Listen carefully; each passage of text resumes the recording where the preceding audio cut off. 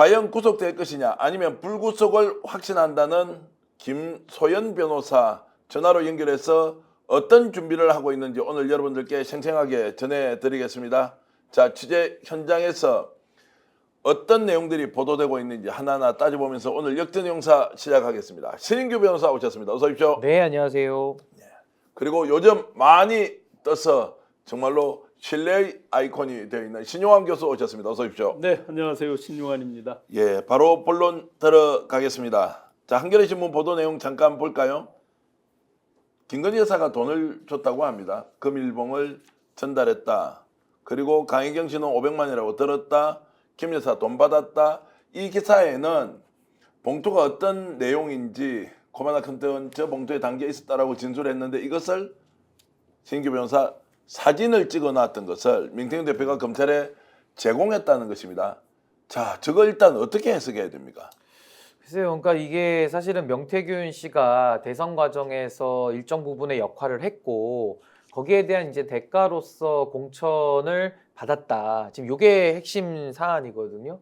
근데 거기에 대해서 이제 공천만 받았을 뿐만 아니라 이제 오늘 저 한겨레 단독 기사에 따르자면은 뭐 금일봉도 지금 받았다라는 거 아니겠습니까?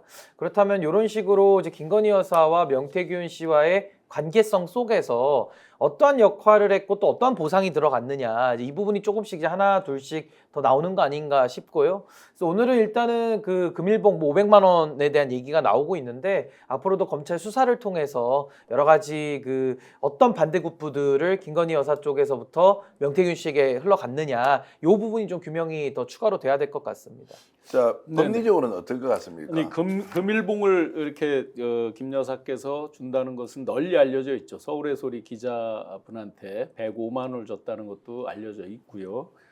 법리적으로는 이제 그 시점이 중요할 것 같습니다. 돈은 500만 원 받았다는 거는 뭐 이미 나왔다라고 본다 그러면 과연 어느 시점에 그럼 무슨 명목으로 줬느냐? 지금 당사자는 교통비 쪽 정도를 받았다. 뭐 이렇게 이제 말을 하고 있지만 과연 그게 예를 들어서 특정 여론조사가 어떻게 된 걸 알고 줬다라고 그런다면 또 내역이 바뀔 수가 있겠죠. 여기서 하나 이제 가십성으로 우리가 주목해서 봐야 되는 게 이제 오자가 들어가는 거죠. 500만 원. 후보실도 5층에 있었고 네. 개인 지금 이제 요번에 번호를 바꾼다고 하는 번호에도 오자가 2개가 들어가 있었고 차량 렌트했던 것도 오자가 다 들어가 있었고 집무실도 지금 다 오자가 있죠. 이게 아무것도 아닌 것 같지만 105만 원 같은 경우 굉장히 또 특이하잖아요. 아마 이제 이분들이 그런 부분에 대해서는 굉장히 철저하게 평소에도 왜 1,000만 원은 아니고 예를 들어서 그럼 뭐 300만 원은 아니고 500만 원일까 이런 부분은 이제 가십성으로 흥미롭게 볼 수 있는 부분이고요. 시점은 주의 깊게 봐야 될 것 같습니다. 자, 시점은 말씀드리자면 이제 대통령 선거가 끝이 난 시점. 예. 그러니까 2022년 3월 9일 이후에 네. 이제 지급이 된 걸로 지금 뭐 다들 기억을 하고 있습니다. 녹취도 있는데요. 그 녹취는 지금 현재 공개가 될지 안 될지 당사자가 저것을 봤다는 사람이 있고 검찰에서 이제 진술을 했다고 하니까 기정사실인데 용산에서 이제 대답하지 않을 수 없지 않겠습니까? 네네네. 근데 아마 용산이 이걸 답하기가 굉장히 용색할 겁니다. 네. 그런데 이제 아마 여기 코바나 콘텐츠 봉투, 그 다음에 네. 예를 들어 당선 직후라고 그랬을 때 그때는 관봉권이라는 게 나올 수 없죠. 당선 직후 같으면 취임 직후라면 관봉권이 있을 수 있죠. 그러니까 이 돈에 어떤 띠지가 있냐 그 사진에 따라서도 상당히 논란이 있을 수도 있는 거죠. 네.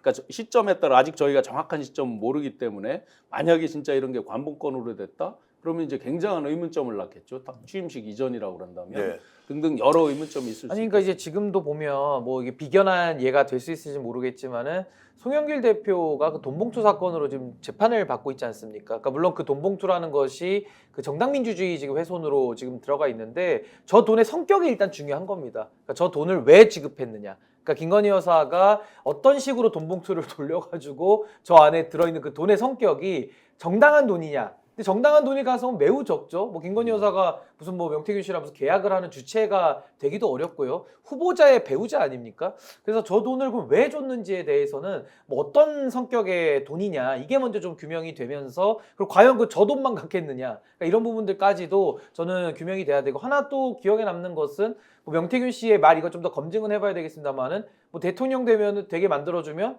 뭐 아크로비스타 뭐 사주겠다 뭐 이런 얘기도 좀 나왔었던 것 같아요 초반에. 그러니까 이런 식으로 어떠한 부정행위와 거기에 대한 대가성 뭐 이런 것들이 좀 더 추가적으로 규명이 돼야 될 것 정확한 같습니다. 지점이라고 봅니다. 예를 들어 서울의 소리 기자 같은 경우는 특강에 대한 뭐 강의료라고 하니까 일종의 이제 강의료 명목의 어떤 사례다 이렇게 개념 규정을 할 수 있는데 이것 같은 경우는 그냥 일반 뭐 차비다 이러기에는 굉장히 큰 돈이죠. 비행기를 몇 번 타고도 남을 돈이니까요.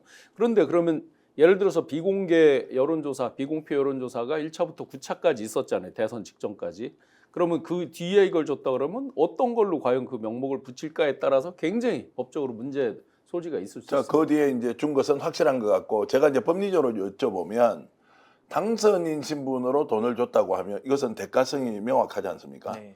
그런데 당선인의 배우자가 이 돈을 줬다고 했을 경우에 어떻게 됩니까? 이게 이제 그 사인 간에 교통비로 500만 원을 줬다라고 하면 별 문제가 없는 것인지 아니면 이것조차도 법적으로 굉장히 큰 문제가 되는 것인지. 당연히 문제가 되죠. 그러니까 무슨 말이냐면 김건희 여사가 가지는 지위 그건 김건희 개인으로 볼 수가 없는 겁니다. 왜냐하면 대통령 후보 내지는 대통령이 당선된 이유라면 당선인 결과적으로 권력자와 함께 그러니까 쉽게 말하면 권력 공동체죠. 그러니까 권력 공동체가 어떤 일정한 행위를 했다라고 한다면은 그 부분에 대해 가지고는 과거의 그 국정농단 사례에서도 박근혜 대통령이 삼성 이재용 회장하고 뭐 묵시적 청탁 이런 개념까지 그렇죠. 윤석열 대통령이 만들었거든요. 저는 그 법리에 대해서는 문제가 많이 있었다라는 비판은 있었습니다만은 그게 허용이 됐던 이유는 대통령이라고 하는 최고 권력자의 지위 내지는 그 권력을 함께 호가호위할 수 있는 사람들에 대해서는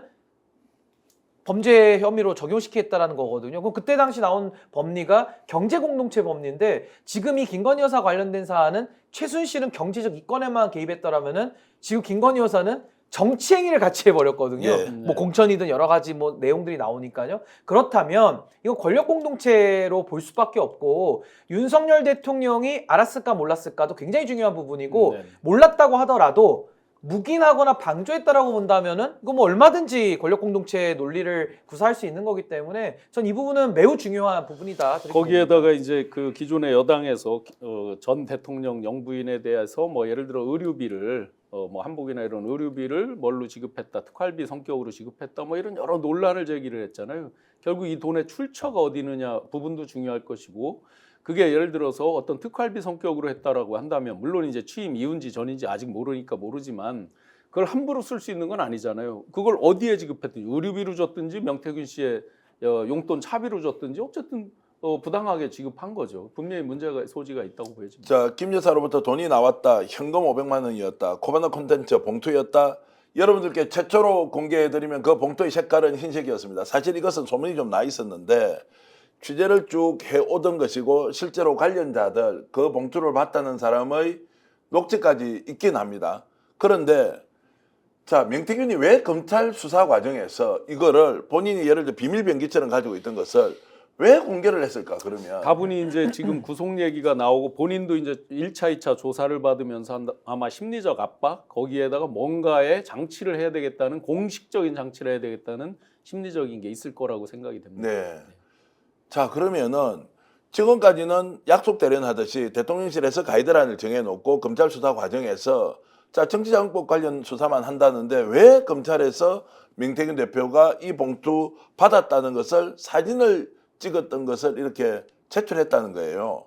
왜 그랬다고 봐야 됩니까? 그러니까 일단은 수사는 개시되기까지가 상당히 어렵지만은 개시되고 나면 수사 자체가 생물과 같거든요. 이게 어디로 튈지 모르게 되는 상당히 좀 어떻게 보면 이제 다양한 경로로 이제 뻗어나갈 수가 있는 게 되는 건데 글쎄요, 명태균 씨가 저거를 왜 검찰에 제출했을지 그냥 하나 추론해 보자면은 아무래도 이제 구속을 앞두고 있는 상황 속에서 본인이 가지고 있는 여러 자료들 중에 좀 나름대로 그래도 영향력이 있다라는 그 자료를 가지고 뭔가 좀 검찰 조사에 좀 협조하는 이런 모습을 통해 가지고 좀 구속을 좀 면해 보려는 이런 전략일 수도 있을 것 같고요. 뭐 일단은 지금 명태균 씨가 저는 김건희 여사와 드러나는 이런 여러 가지 행동들에 아주 빙산의 일각만 저는 드러났다라고 좀 보기 때문에 나름대로 지금 구속을 좀 면하기 위한 하나의 좀 전략적 포석 아니냐 뭐 그런 생각도 좀 듭니다. 또 이 부분이 이제 예를 들어서 제출을 한 건지 또는 검찰 단계에서 여러 가지를 조사하고 포렌식하다 나온 건지는 뭐 명확치는 않겠죠 아직은.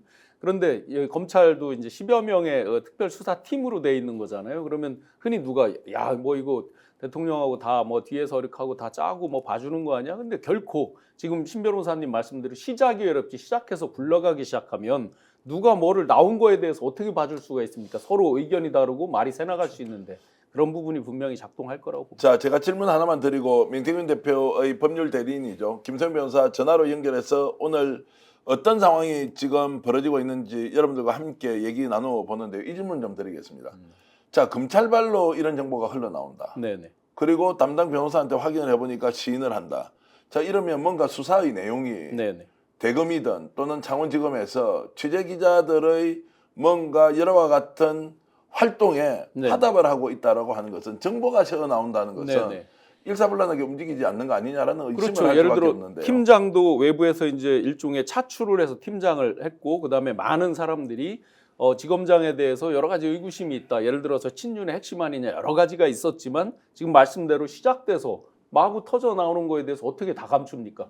10사람의 임을 어떻게 다 막습니까? 그중엔 성향이 다른 분들도 있고 그래서 화답일 수도 있지만 화답을 떠나서도 각각의 또 지금 이미 국민 여론에 저는 답이 있다고 생각을 합니다. 검찰도 국민 여론을 계속해서 모니터링하면서 보면서 어느 순간에는 아 이런 것들이 국민적 열망이 크구나라면 그쪽으로 갈 수밖에 없는 측면도 분명히 있다고 봅니다. 그러니까 지금도 뭐 비견한 예가 될 수 있을지는 모르겠습니다만은 도이치모터스 관련된 내용도 외부에서는 알 수 없는 내용들이 지금 나와서 보도가 그렇죠. 되고 있거든요. 또 과거에도 그 성남지청에서 있었던 성남 네, FC 네. 사건도 당시 지청장과 차장검사가 의견이 다를 때 차장검사가 사표 쓰고 나가버리는 그렇죠. 이런 여러 가지 변수들이 있기 때문에 지금도 창원지검에서 저는 뭐 매우 미진하다라고 저는 봅니다만은 네. 그럼에도 불구하고 이미 수사가 개시가 되면은 전 수사가 생물이기 때문에 상당히 좀 컨트롤하기가 매우 어렵고 또 특히나 지금 윤석열 대통령의 지지율이 이제 10%대에서 한 자릿수대로 지금 내려가고 있는 이런 상황에서는 전 더더욱 더 막기가 매우 어렵다라는 자, 생각이 그래서 듭니다. 오늘 명태균 대표와 관련된 구속영장 청구 그리고 검찰로부터 흘러나온 500만 원 금일봉까지 포함해서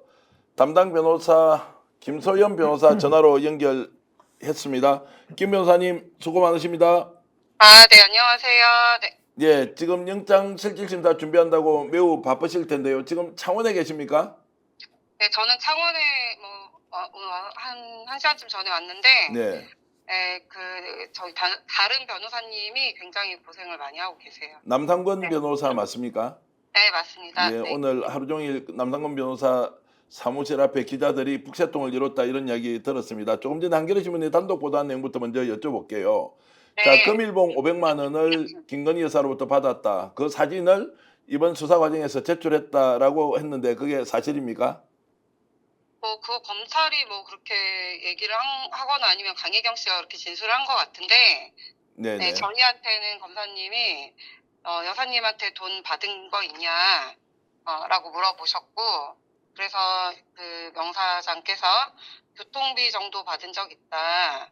네, 그래서 얼마 받았냐? 그래서 금액은 기억이 안 나는데 소액 정도였던 소액으로 기억하고 언제냐 이런 것들은 뭐 기억이 잘 안 난다라고 진술했습니다. 네, 진술을 했는데 어쨌든 오늘 보도 나온 내용은 500만 원이 금일봉 그리고 봉투에 아크로비스타 이제 그 디자인이 있었다 뭐 이런 이야기까지 나왔는데 어쨌든 이 문제는 법적으로 좀 그 상황이 조금 안 좋아지는 거 아닌가요? 어떻습니까? 김건희 여사가 돈을 직접 줬다는 것은 좀 변론하는 쪽에서 보면 부담스러울 것 같은데 그렇진 않나요? 이 사건 쟁점하고는 지금 상관이 없어서 예. 뭐 아마도 또 민주당 쪽 뭐 시민단체들 이런 데서는 뭐 문제 제기를 하겠지만 이 사건 자체에서는 쟁점이 아니에요. 네. 그래서 저희는 뭐 500만 원 이런 얘기는 들은 적도 없고요. 그냥 네. 검사가 아까 물어본 게 그게 전부예요. 네. 자, 네. 그러면 이제 명태균 대표는 지금 창원에서 영장실질심사 준비하고 있습니까? 지금 이따가 만나기로 했어요. 저. 네, 만나기로 네네. 했고 네네. 그 목요일 날 몇 시입니까? 몇 시에 실질심사가 이루어지나요? 목요일 날 2시부터 영장실질심사가 이루어지는데 그 뭐 A씨, B씨, 김영선 의원, 명태균 씨 이렇게 4명이잖아요. 네네. 네, 그 4명이 2시부터 순차적으로 2시, 2시 반, 3시, 3시 반 이렇게 하거든요. 네, 근데 명사장님은 3시 반 마지막에 합니다. 네. 자, 그러면 이제 명태균 대표 이번에 구속영장 청구 전망은 어떻게 하십니까? 불구속이 될 것이다 이렇게 강하게 말씀하셨는데 그렇습니까? 이게 뭐 수사나 사법 절차는 법과 원칙 그리고 증거주의 이런 식으로 가야 되는데 그런 뭐 어떤 논리 원칙에 따르자면 당연히 불구속 수사뿐만이 아니라 뭐 기소도 저는 안 될 사건으로 보고 있어요. 네.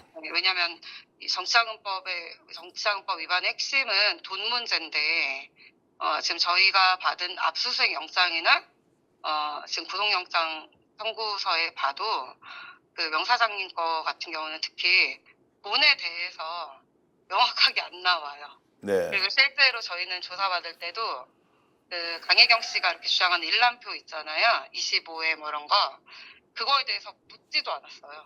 네. 어쨌든 뭐 왜냐하면 네, 언제 어디서 어떻게 어떤 방법으로 뭐 어떤 계좌로 또는 현금으로 예를 들면 불상의 일시에 어느 장소에서 이런 거라도 있어야 되거든요.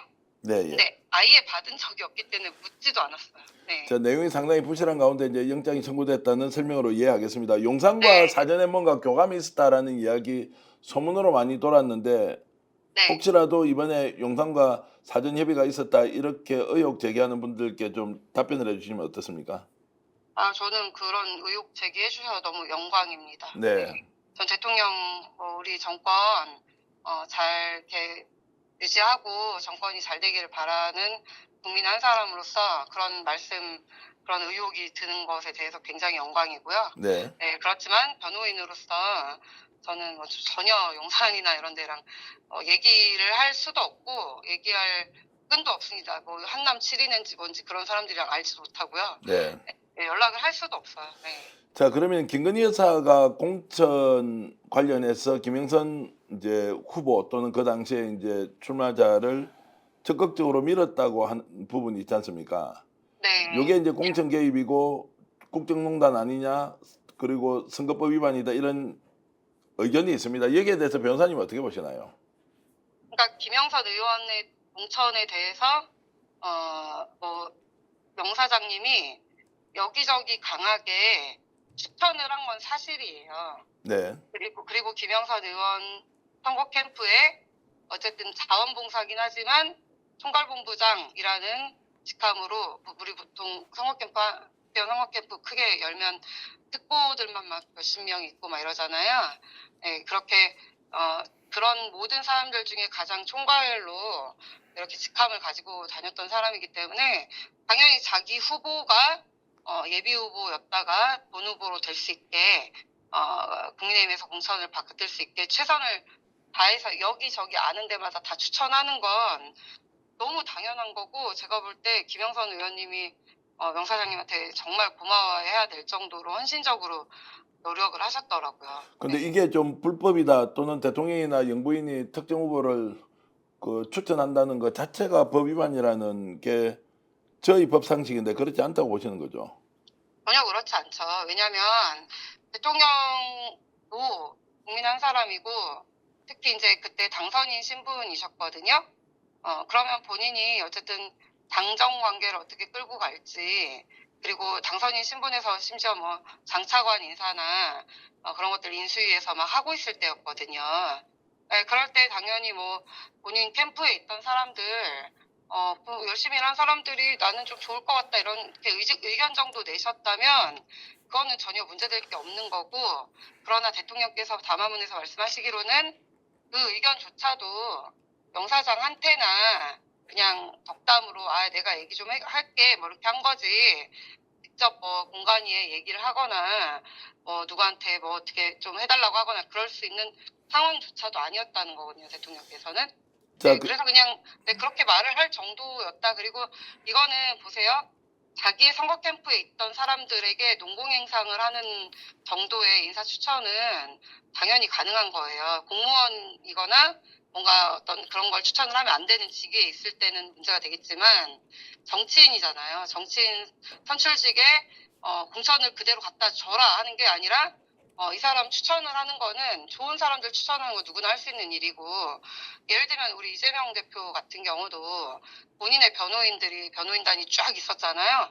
그 사람들이 이번 4.10 총선에서 다른 사람들은 공천이나 경선 기회를 갖는 게 정말 민주당에서 그런 국회의원 경선 기회 갖는 게 얼마나 어려운 일인데, 그 지역에서 훌륭한 사람들 다 제치고 단수 공천하거나 경선 기회 가졌다고 해서 논란이 된 게 굉장히 많았거든요. 그때도 다들 의혹을 제기했었는데, 그런 것들 하나하나 연결고리해서 의혹 제기하면 우리나라는 후보 추천을 할 수가 없는 나라가 됩니다.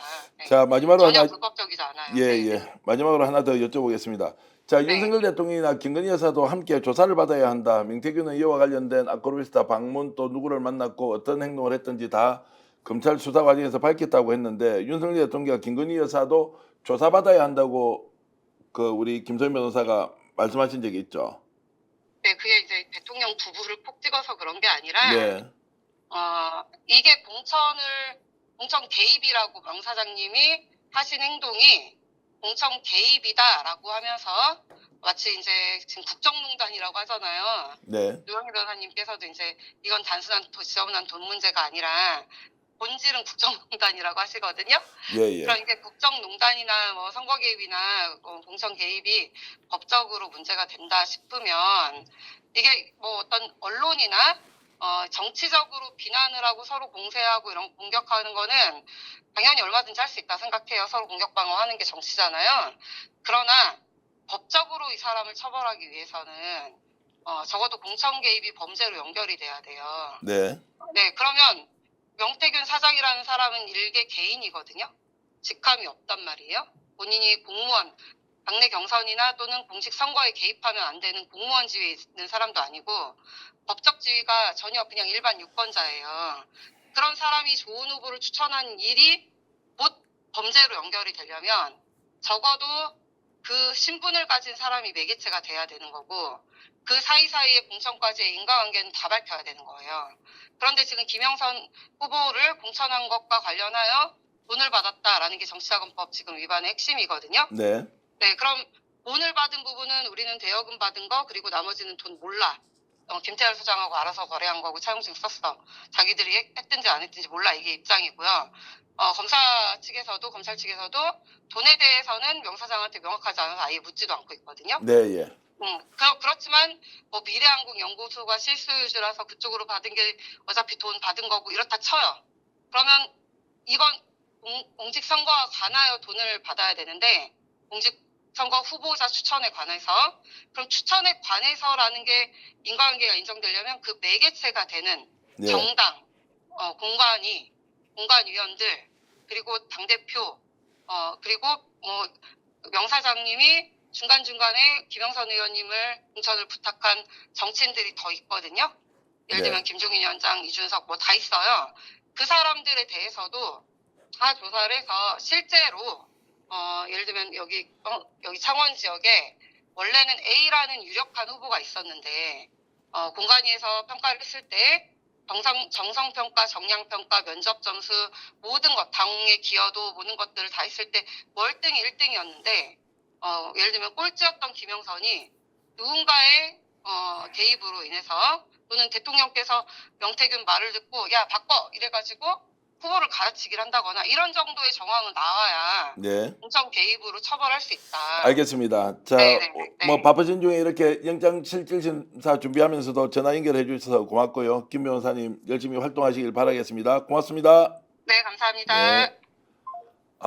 자, 통화를 한 10분 정도 했는데 많은 분들이 댓글로 빨리 통화를 끝내라고 빨리 끝내라고 댓글로 너무 많이 주셨는데요. 네. 아이고 여러분 뭐 듣기가 불편했습니까? 최대한 반론권을 좀 보장한다는 의미에서 의견을 좀 들어보려고 했는데, 자, 말씀은 정말 잘하시는 것 같아요. 스픽스는 말하는 언론입니다. 대세는 유튜브, 그중에서 스픽스. 좋아요, 댓글, 구독, 알림 설정. 여러분이 저희를 사랑해 주시고 우리가 여러분을 사랑하는 4가지 방법입니다.